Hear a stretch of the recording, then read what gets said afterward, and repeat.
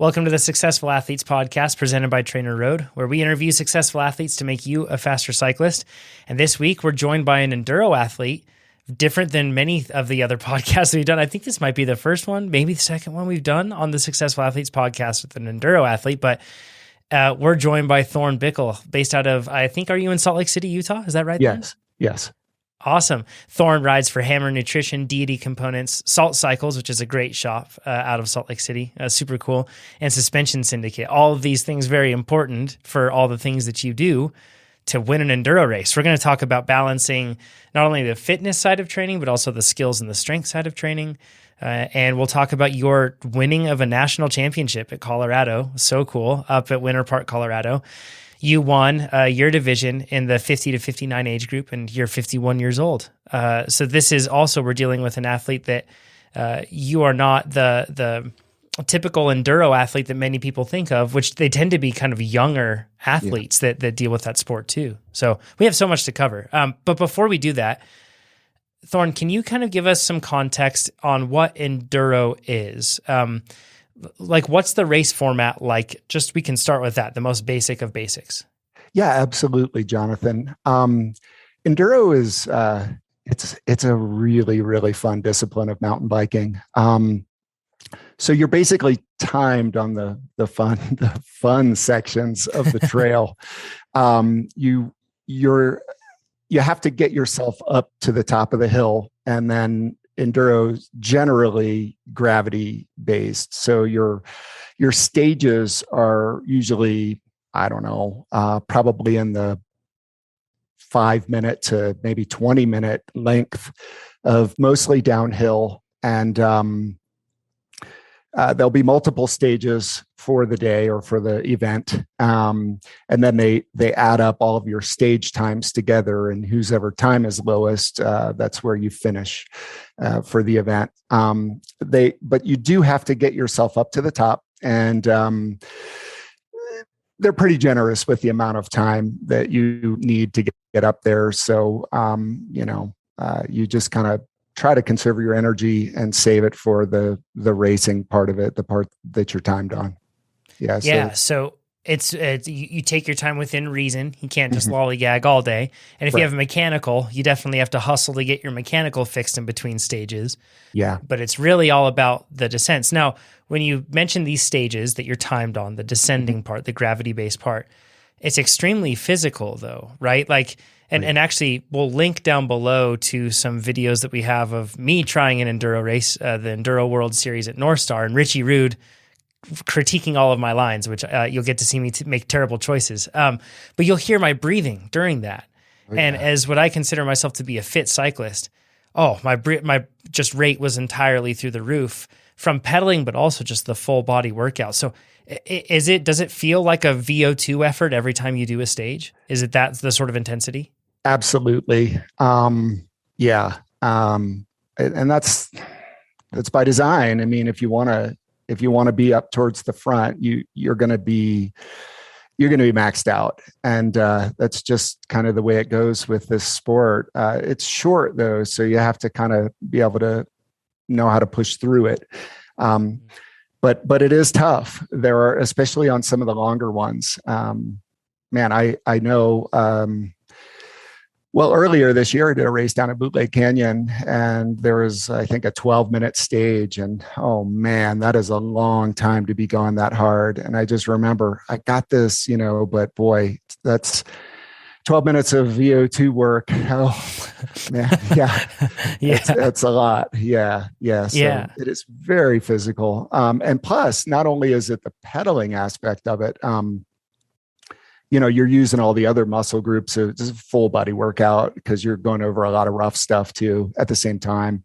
So you really have to stay sharp. I mean, when you start hitting the wall like that and you're really at your max and your heart rate's way up there, it's easy to make mistakes. So you have to be careful not to push yourself way too hard and then wind up making mental mistakes as a result of that on the technical sections. And those typically have such high consequences because you're in really extreme terrain. Sure do. Yeah. The simple, the brain fog that comes in with those sort of hard efforts, it has just such high consequences and certainly in all forms of cycling that exists, but it's heightened with enduro for sure. Yes. So in some cases on races, the race organizer will say, from this transfer, you have to pedal this transfer. And in some cases, it will be you ride a lift up if it's at a resort, or in some cases, they'll even have a shuttle planned. So sometimes you pedal up, sometimes not, right? Yes. And in those scenarios, when you're pedaling up, what is your pace in between those stages? Are you ever like thinking, okay, is it just purely about conservation? Or are you thinking of something else and you're going through those transfers to try to pace yourself?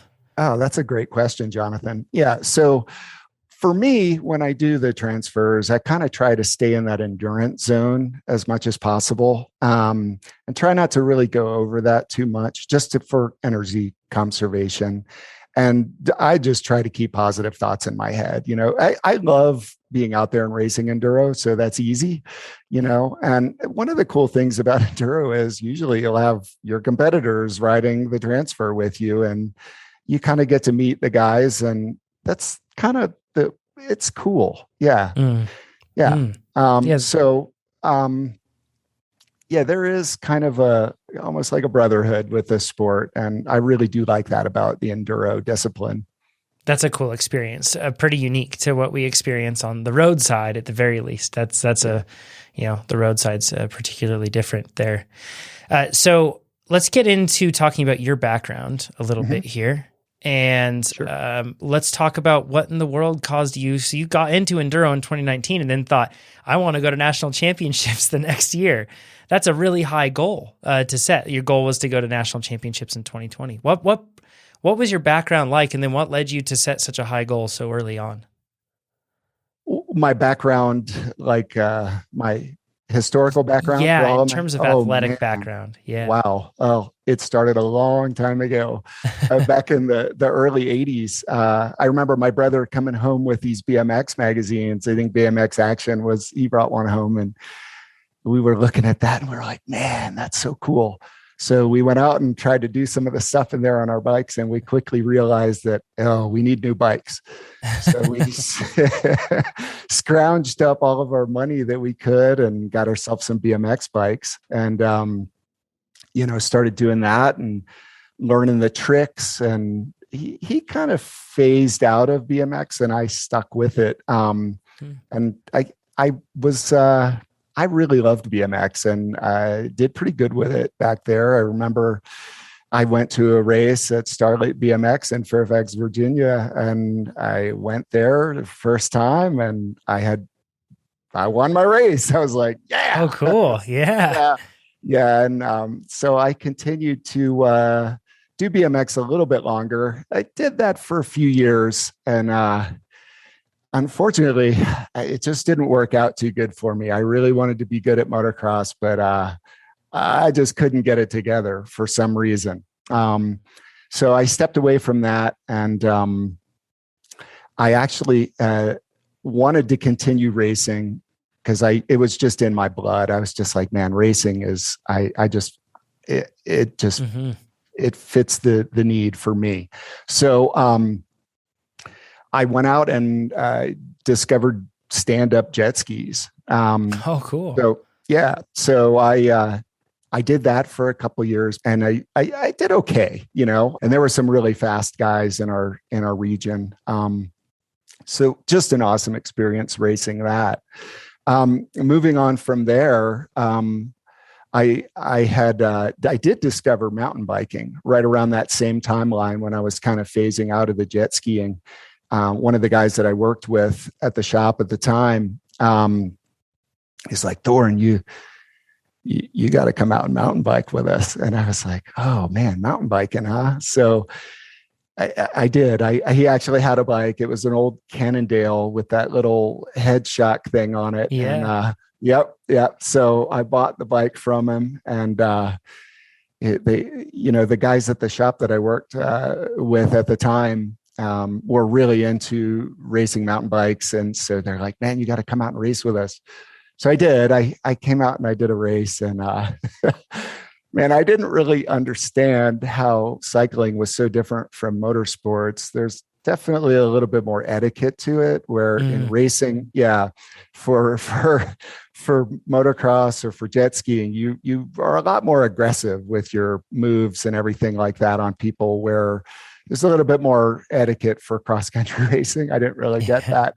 So anyway, I took off from the start on my first mountain bike race and pulled the whole shot, and didn't know that I was going to blow up 10 minutes later. But I was doing what I knew how to do. So I wound up crashing, and I toggled my wheel. So, but anyway, I learned some lessons from that, and I continued to build on that. And I started doing better at cross country, and I was usually, I don't know, I'd finish like towards the front of the field, probably top 10, on average. And my best doing cross country for mountain biking, I think I finished second, and it was a race. It was called the Massanutten Hoo-Ha, that was out there in Shenandoah Valley in Virginia. And yeah, it was a lot of fun. There were some big hitters out there. Jeremiah Bishop was out there, so I was pretty stoked to be able to have done. Yeah, that guy, of course, he's super fast, but it was awesome to do that one and to get a podium for cross country. So you're a racer of all things, Thorn. You've done a lot of between motorsports and mountain biking. Yeah, I have. And it's been a journey, and every step of the way has just been incredible. And I'm so thankful to have had the opportunities to do all of these just awesome things. So, and I actually had a reasonable amount of success with all of them, So yeah, I feel blessed really to have the life that I've had. When I look back on it and I think about it, it's like, man, what a journey this has been. Yeah. So, what took you out to Utah from the East Coast, and then it got you to the point where you were, then I guess exposed to Enduro in 2019? Oh man, Jonathan, what a great question. I love it. Yeah. Mountain biking. yeah. That's a ticket to Utah. Makes sense. Yeah. My wife, she was having some wine one night, and we were having a discussion, out on the back patio, and she's like, "Hey, what do you think about moving?" I was like, "Yeah, maybe it's time." And so she's like, "Well, I want to move somewhere with mountains." And so I was like, "Ooh, sweet. Yeah, let's do it." And so I started looking, and, had discovered Utah. We had never been to Utah before, but the more I looked at it, the more I was like, wow, Utah looks really cool. Yeah. And so it just gained momentum, and well, here we are. And I really do feel like this is where I belong. This is definitely home now. I love living in Utah. Yeah, it's an awesome place. What sort of riding and racing did you do in the years preceding entering Enduro? Were you still like racing regularly and doing cross country, or were you more just riding? I was just riding. I did actually moving to Utah.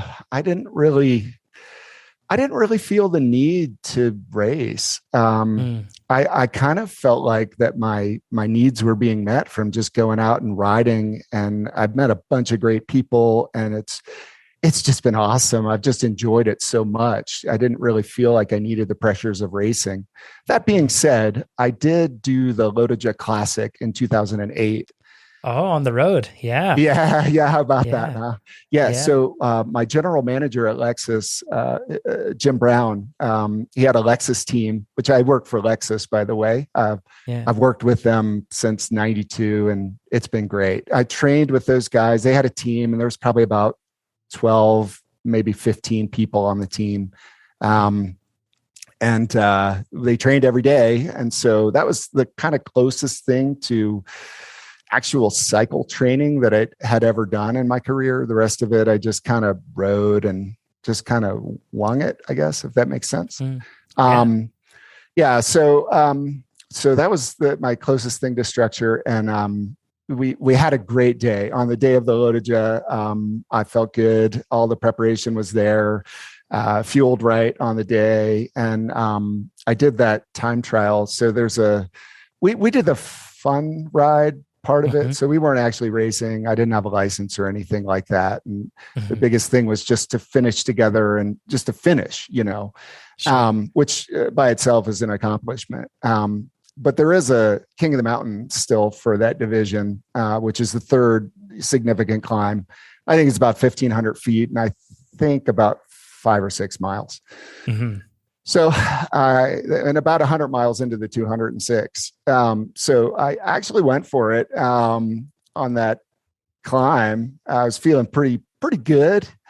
So I pinned it and did my best. And I got second on the KOM on that. Wow. Way to go. Thanks. Yeah. I think I was, I think there were roughly about 800 people or something like that in the category that I was racing. So I felt, yes. You've always been a very, very, then you've been a high performer, physically speaking, for a long time, likely due to all of this racing you had done and just chasing all of these fun pursuits. But in doing so, you probably just built up a huge amount of aerobic fitness with all the different sports you had done, I would assume. Yeah. I mean, my numbers aren't crazy, Jonathan. I just think I have a lot of desire. I just love to compete and I like to be competitive. You know what I mean? For some people, they can compete and, just be okay with where they finish. It doesn't really matter to them. I kind of feel like if you're going to compete, for me, if I want to compete, I want to be competitive. I want to be a contender. Sure. That's just kind of how my DNA is structured. Yeah, I can relate with that. Absolutely. Yeah. What caused you to get, interested in enduro in 2019? Well, in 2018, one of my friends introduced me to Chris and Amy and Jason over at Salt Cycles, and they're a Yeti dealer. And what a great shop. These guys are amazing. Anyway, shout out to those guys. And I got a Yeti 5.5. And when I started riding that bike, I just started notching a lot of top 10s on Strava. And I was like, man, maybe I ought to try racing. Yeah. So my times were pretty good. I felt pretty good about that. And so I decided to race this midweek mountain bike series, which is a local kind of evening series here that we have. And so I signed up for the Cat 1 and did my age group, which was 45 plus. And I was able to win the series. So I was pumped on that. And so that set the scene for you going, I want to go to national championships, right? Yes. Yeah. Had you gone for that? You had raced a lot of different championships at really high levels. So I guess it just makes sense to go to in different sports in this case, it was like, yeah, okay, I like this. I'm good at this. I want to go to the high level. So you picked the plan, or you had the goal of 2020 national championships in Colorado. What was your plan to get nationals ready, to be able to compete at the top level? What were you doing for training at that point?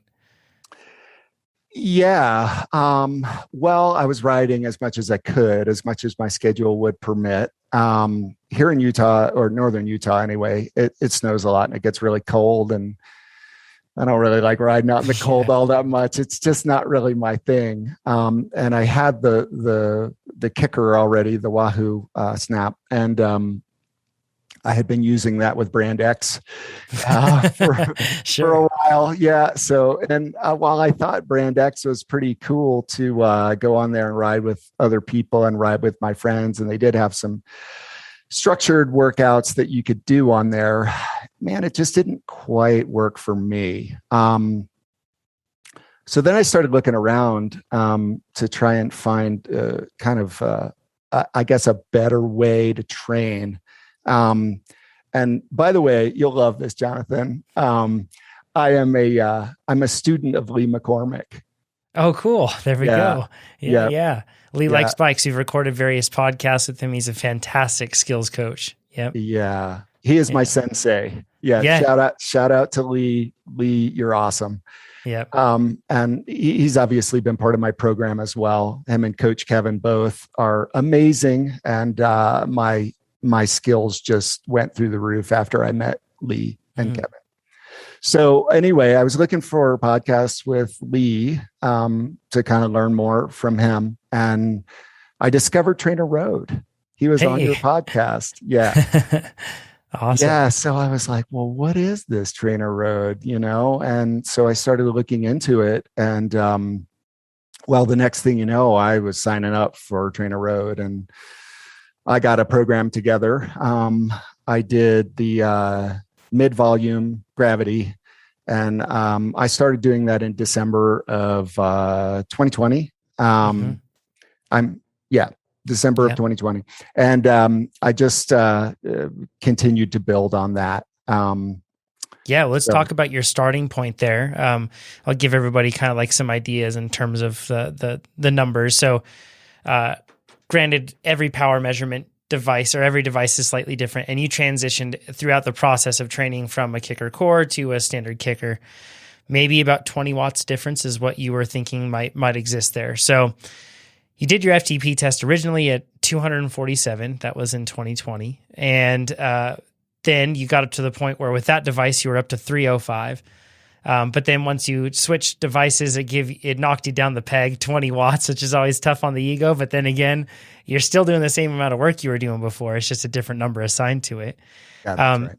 So we can assume that you were probably somewhere around 200 and probably somewhere around 230 watts, right? Give or take, somewhere around there when you started.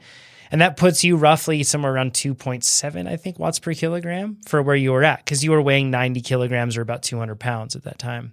Yes. So that's the starting point. And actually, I'll just fast forward to say you eventually got up to the point now where you're at 291 pounds, even though you've had a roller coaster of a year with highs of winning nationals and then also the lows of injuries that you've been fighting. But 291 pounds, you dropped down to around 190 pounds or 86 kilograms. So that puts you somewhere around 3.3 to 3.4 watts per kilogram. Yeah. 291 watts. And I was at about 200 pounds, and I dropped, I guess about 10 pounds since I started the program. Yeah, thanks. And so that's a big improvement when we're talking about going from roughly around 2.5 watts per kilogram all the way up to 3.3, 3.4, somewhere around there. That's a substantial improvement. We're almost talking about a third of in terms of watt kg that you improved. I want to talk about the training part of things right now. People don't often talk a whole lot about interval training for enduro, even though, boy, it's such a perfect discipline for interval training because it's implementation in terms of how you race it. It's just intervals. That's all it is. It's sprint as hard as you can, have limited rest where you're working at a certain level in between the intervals, and then go back at it. And it could be short efforts. It could be long efforts. You have to be able to deal with all of it. So you mentioned that you followed a mid-volume plan. Do you remember which plans you followed in preparation for nationals? Like the exact plans, like were you doing base plans and build plans and even into specialty, or what did you follow? Yeah. So I had races that started early in the year. I did the Boot Lake Canyon races. I did two of the three in the series down there. There was one in the middle of February and then the one in the middle of March. And since I started the program in December, it pretty quickly moved me through. So I kind of got a taste of all three right out of the gate within the first 3 months. So it's a little bit different from probably the way that most people would have it structured out over 6 months or a year to where they're peaking out for their races. But mine was pretty short with the 3 months. Yeah. But then I kind of went back into a base build after the second race was over there, and I didn't have my next race wasn't until early June. So I had a few months after that to kind of get back on the base and then the build and then the specialty. Awesome. Yeah. Plan builder working well for that. Yeah, that's awesome. Oh man, it's amazing. If you stick to it, that's really the thing. Sure. You just have to push through the tough days and just do whatever you can. Yeah, let's talk about that. The consistency. When you wrote to me, you mentioned the consistency was probably the biggest contributing factor, to getting you to where you were.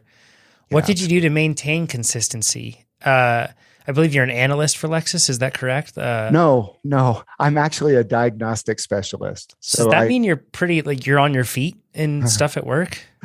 Yeah. It is. Yeah. So I how do you manage all that? Yeah. So you're dealing with the mental and physical toll of work, trying to figure out why a car doesn't work, breaks the brain. So you have all this strain going through your body with work and your mind. And then you have consistent training. When did you train? When did you fit it into your schedule? And then, well, I guess at that point, then we'll be able to get into talking about all the adjustments you had to make too, if you did have to. Sure. Well, Jonathan, I just signed up for the program, and it had me on a 5-day-a-week mid-volume plan. And so I did Tuesdays, Wednesdays, Thursdays, and then I would be off on Mondays and Fridays, and then Saturday and Sunday. Those were the 5 days of the week that I would ride. Mm-hmm. So I just would do them in the evening. I just come home, maybe get a little bit of something to eat, and then jump on there and just go and just do it. And I just committed to doing it. And I was just, there were times when I just had to tell myself, look, I'm doing this to go to nationals. I'm going to do good at nationals. And this is why I'm doing this. And that somehow helped me to work through the tough workouts. Having a big goal. Yeah. And really listening to the podcast helped me a lot with that too. That's a huge part of helping you get through the tough ones. Each one of you there at TrainerRoad really does give something a little bit different to help to contribute to finding a way to get through those tough ones, right? Like just thinking about Pete saying, well, if you can get through the first one, you can get through the rest of them. Yeah. So I'm thinking, well, if he can do it. Yep. So yeah. What sort of work was the toughest for you? Was it sustained, long, or more like sweet spot and threshold work? Or was it extended VO2 work, or the off-on, the really short 30-30s? What was the hardest stuff for you? That's a good question. Yeah. I think initially my toughest thing was the over-unders. For me, those were really tough. And they take time to kind of build up your tolerance for, even if you have a high FTP, just being used to that kind of work, it's a little different, and it's tough. Yeah. So the on-offs, that brings up a really good point. Sorry, really quick. Sorry to interrupt, Thorn, but it's not all about FTP. We talked about your FTP improvements, but like you said, it's about that level of specificity, and that training brings about that sort of fitness. Yeah. So really good insight there.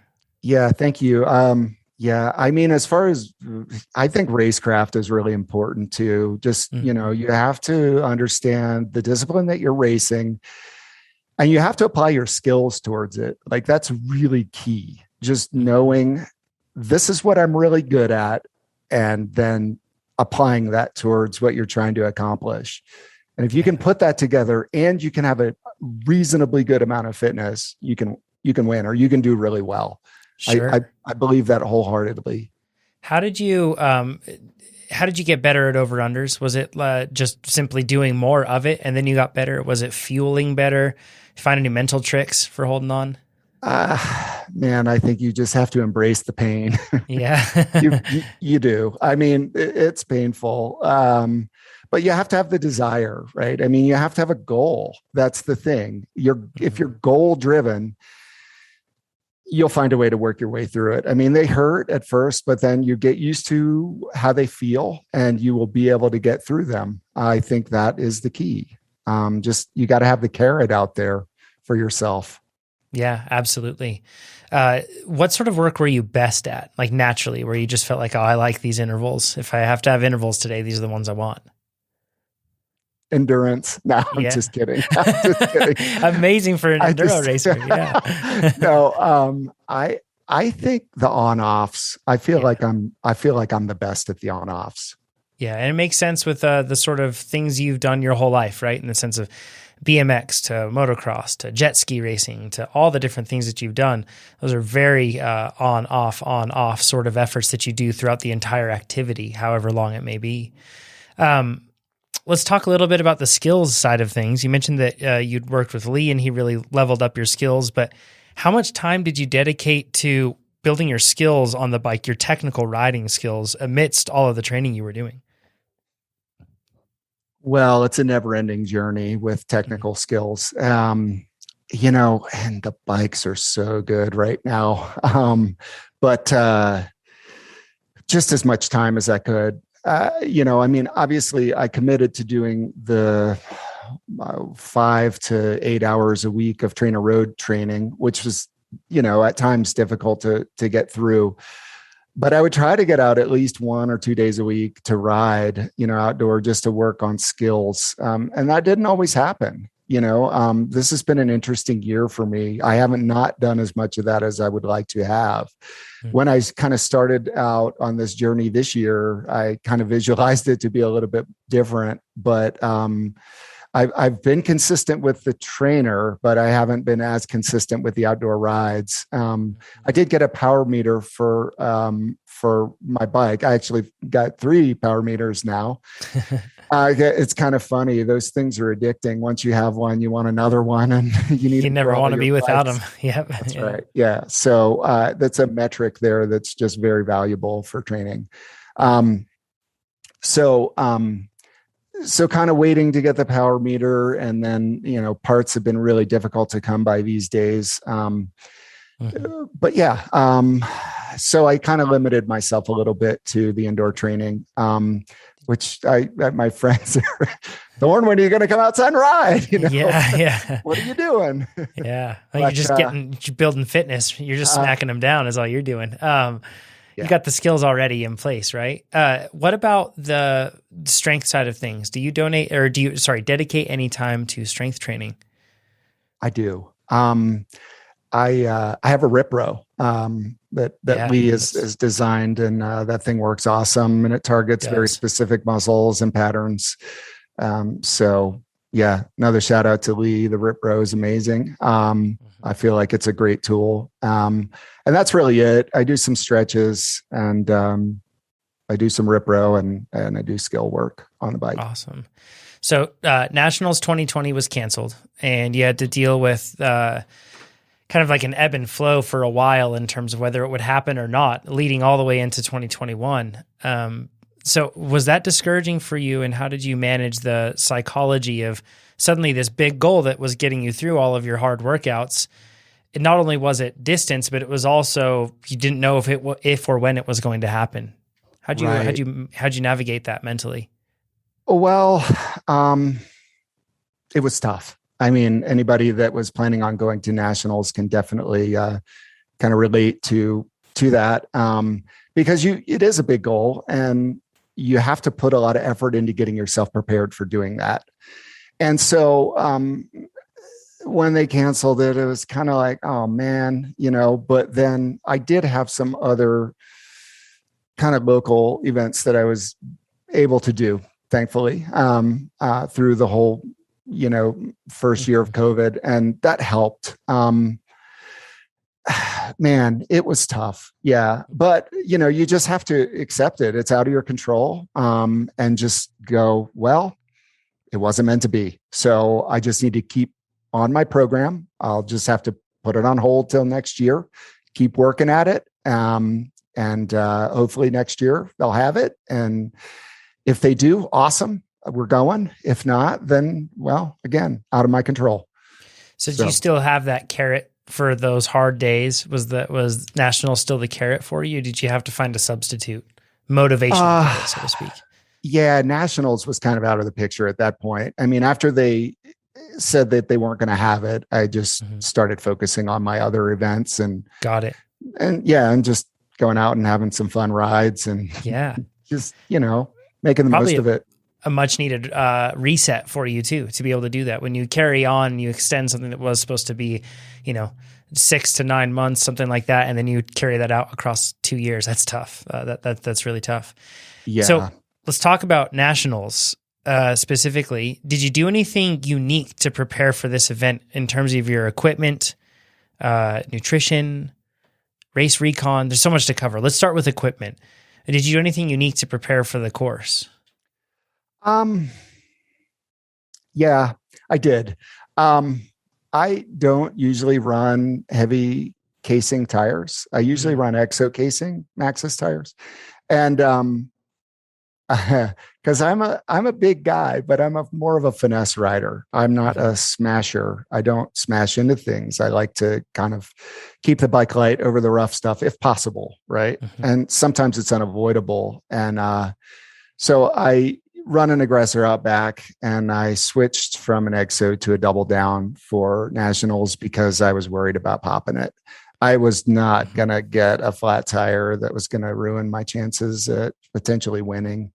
There's just no way. It wasn't worth it to me. I thought, well, I can roll a little faster on the lighter casing tire, but then I'm risking potentially having a flat, and then who knows, with that, most likely not as good of a finish as if you didn't flat. So smart choice. Yeah. What bike did you choose to ride, and did you change anything else about the setup for the course? And I guess Nationals tends to be known for a course with some really rocky and nasty spots that can bite you, but at the same time, it's also a physical course, correct? Like a lot of pedaling that you have to do. Oh yeah, definitely very pedally. On the bike selection, I actually have a Yeti SB130 lunch ride that I had just got built up from Salt Cycles. And then I have also Yeti SB150. And I really wasn't sure what bike I wanted to race at Winter Park for the Nationals. So went out there, and after they had posted the course map of what all the stages were going to be like, I rode it on my 130, and I felt like I had enough bike. Now, I felt like I could have benefited from the 150 in a few of the spots, but by and large, I felt like for me that I was going to be faster on the 130. That's smart. Optimizing the choice for the majority of the course rather than those specific sections that would perhaps compose less of it. Yeah, I just felt like that bike had a little better snap off of the corners, and I felt like that was going to benefit me, where maybe a different rider might have been faster on the 150. I just felt like for me, it was a better choice. And it worked out good. Yeah, no doubt. Absolutely. Yeah. It worked out well up on top of the podium. Did you do anything for the altitude? Living in Utah, you have access to high altitude, and you live at a relatively high altitude as well. But did you do anything unique for the event? Well, I did actually. There's some high elevation single tracks that we have around here that are pretty close to 10,000 feet. So I did train up there some. I do feel like I had an advantage from living at a higher elevation place with having the high elevation rides, kind of under my belt already. I kind of knew what to expect with that.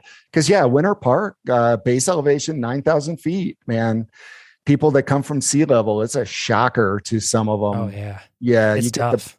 Get the bends coming up there. Yeah, yeah, you do. So let's talk about the event itself, pre-riding. When you pre-ride a course or when you pre-rode Nationals, were you just running from top to bottom on the stages and figuring them out? Or were you stopping and looking at things? How do you approach pre-riding? Oh man, what a great question. Yes, all of the above. Yeah. Okay. Yeah. Well, fortunately, there was plenty of time to ride the stages, with the exception of stage 4, because stage 4 was the downhill race course. Okay. Got it. Yeah. So the rest of the stages you could just ride. You could ride as much as you needed to, which was awesome. Stage 4 was a little tricky because it was the downhill race course. There was really limited access to it, and I really only got a handful of rides on it before the national event. It was interesting how that kind of played out. there was just a lot of pressure to get on the course. Yeah, I checked it out and I was able to get a couple more laps. And yes, I did kind of stop and look at one or two of the sections before just sending it. That's not really the way that I like to do it, especially as being a 51-year-old athlete racing enduro, which is mostly a younger person's discipline of racing. I have to be smart about it. It takes my body longer to heal when things go wrong. So I can't be a dummy about going out there and just sending it into oblivion. I have to look.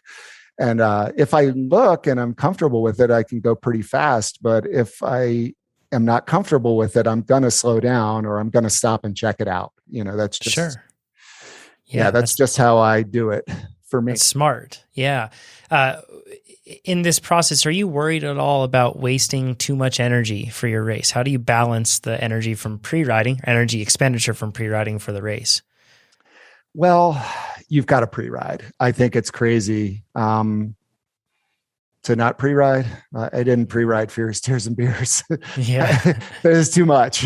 Yeah. There's not really much access to that stuff other than, human powered. And, it's a big day. So I kind of had to, that's the first time I've ever raced blind for an enduro. And I guess my results reflected that. But for nationals, there's plenty of time to pre-ride and plenty of time to check everything out. So yeah, you do it till you feel comfortable. If you're not comfortable with the course, what's the point? You've got to be comfortable with the course.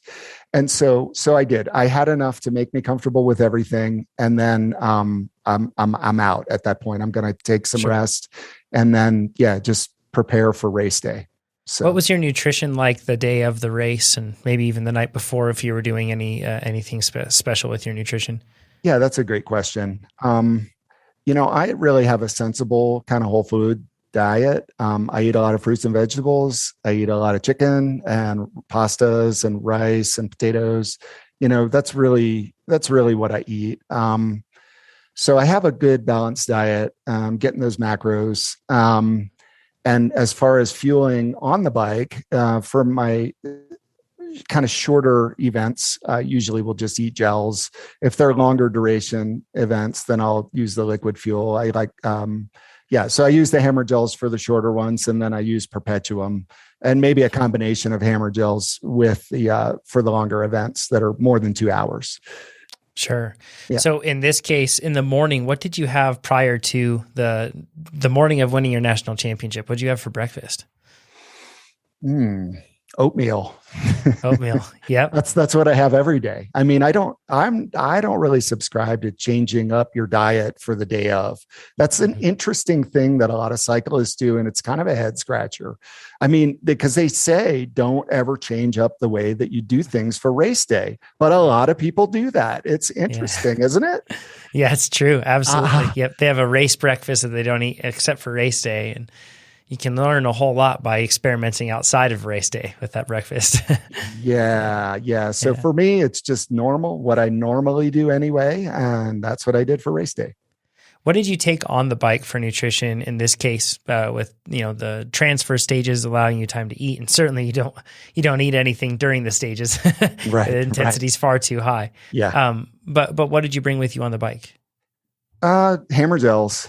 I just had the gels for nationals. It was kind of a shorter event.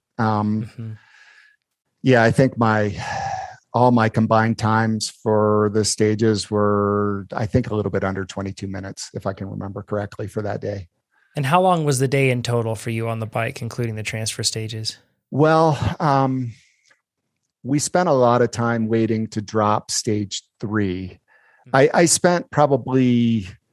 probably spent about 20 minutes waiting to drop stage 1, which a lot of times, it depends on what your category is. Pros go first and then they kind of work through the ranks.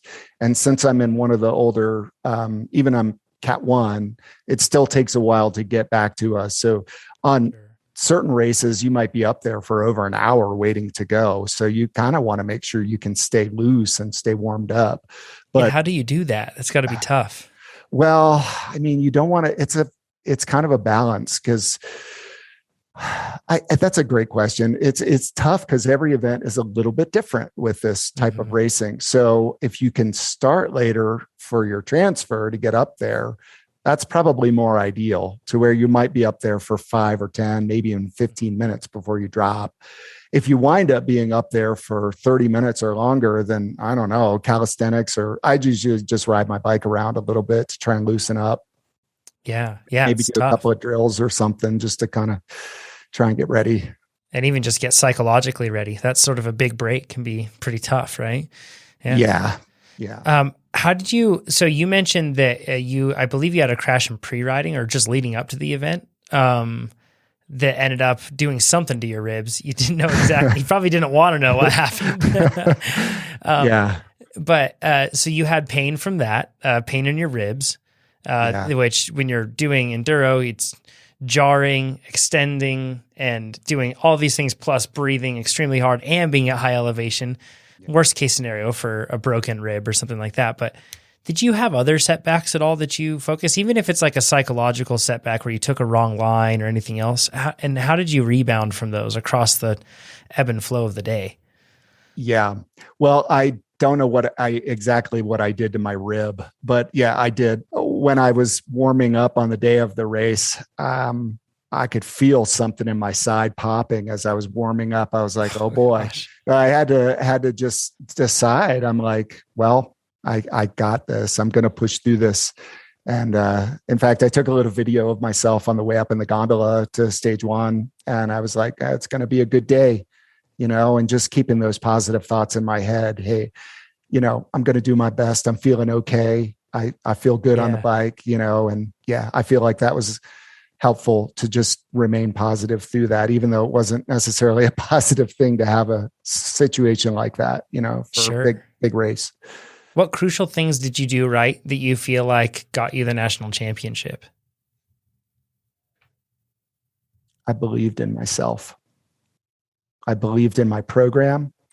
I believed that I was going to do good. I really feel like that was the key to all of it, was just, I had come up with my goal of winning, or not winning, but doing my best at this thing. My goal was actually the top 5. So I thought, well, I believe this is a realistic goal, and then at that point, I put together steps to get there. I got a support team around me. I did a resume and I got some sponsors. I got, actually the first thing that I had to do was I had to talk with my wife about it and make sure that she was on board with it. Cause that's a key part of it, is you have to have the support of your family. And she was excited about it. So she's like, yeah, let's do this, And so then I started chipping away at the steps to get there. And, I got on a program with TrainerRoad. I just kept working the steps, and then I had to believe in the process. Really, I feel like that's the key. You have to believe that what you're doing is going to yield you the result of your goal, achieving your goal. And so, I do. For me, I feel like that's the key. Awesome. Well, I mean, what did this feel like to accomplish it and to come out on top? The goal was a top 5, but you ended up winning.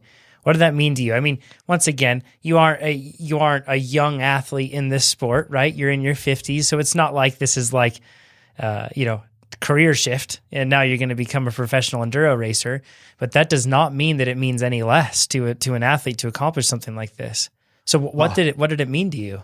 Oh man, it meant everything. I mean, I was just super pumped. I still really have to pinch myself because this is just, these things don't come along that often, and to actually have achieved this in my first attempt was just like, wow, I cried. I'm not kidding. Yeah. So the day just went so well. I actually won 4 out of the 4 stages. Wow. So when I had come across the finish line, there was an announcer there, and she says, hey, this Thorn Bickel, and he won all 4 of the stages. And I was just like in disbelief, but I was pumped, Yeah. Yeah, and so, but then a couple minutes later, when it kind of sunk in, the tears just started coming out, and I had to go hide. I didn't want people to see me crying, because it was just such an emotional thing, just because I put so much into the training and just wanted it really bad. And so to actually have been able to achieve this was just a dream come true. And, it was very emotional for me, Jonathan. Yeah, it was tremendous. What a fantastic achievement.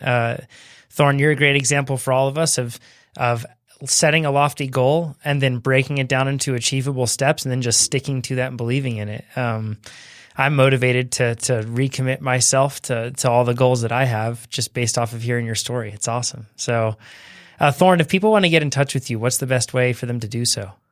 Yeah, I'm on Instagram at thornbickel.com. Cool.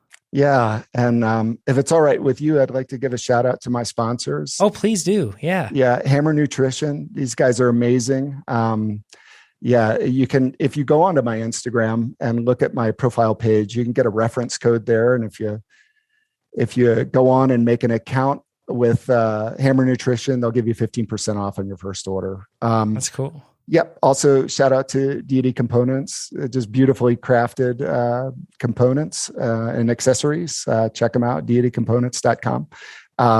Salt Cycles. Yeah, I've already spoken about them a little bit. These guys are just amazing. Just a shout out to them. Thank you for everything. And last but not least, Suspension Syndicate. Thank you guys for everything that you've done for me. My suspension just works awesome. SuspensionSyndicate.com. They do all services and tuning on all brands of suspension, and they're an EXT USA dealer. That's awesome. Fantastic. Yeah. Thanks so much, Thorn. Appreciate this and appreciate companies supporting athletes like you. I think it's awesome. So if you've listened to this and you want to share any success that you've achieved with TrainerRoad, you can do so. And I'd love to hear from you. You can do just like Thorn did. You go to trainerroad.com/SAP, and then you can submit and share your story of how TrainerRoad has helped you achieve some level of success. We'd love to hear it. It doesn't have to be a national championship. It can be anything that you deem worthy to share. And definitely it's worthy to share. So thanks everybody for listening. I hope to hear from you listeners about how TrainerRoad's helped you. And Thorn, I'm excited to cheer you on at your next race. Thanks a bunch. Thank you.